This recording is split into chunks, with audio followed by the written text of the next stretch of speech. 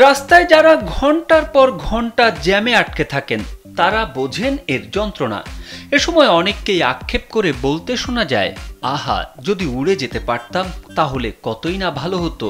সেই আশা আকাঙ্ক্ষা এবার সত্যি হতে যাচ্ছে। এখন আর ট্রাফিক জ্যামে বসে থাকতে হবে না। এ লক্ষ্যেই চালু হতে যাচ্ছে উড়ন্ত ট্যাক্সি সার্ভিস। নগর জীবনে গতিশীলতা আনতে 2026 সাল নাগাদ এ স্বপ্ন বাস্তবায়নের পরিকল্পনা করছে Dubai.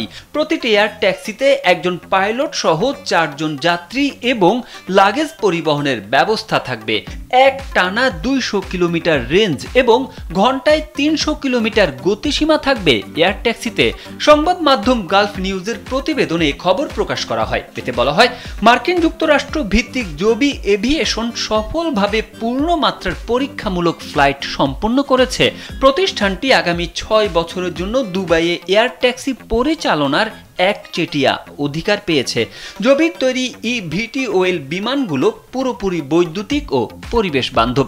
Dubai roads and transport authority RT এর public transport agency CEO Ahmed Hashim Bahrozyan Gulf নিউজকে জানান, এটি একটি পূর্ণাঙ্গ পরিবহন ব্যবস্থা যা দুবাইয়ের অবকাঠামোর সঙ্গে যুক্ত থাকবে।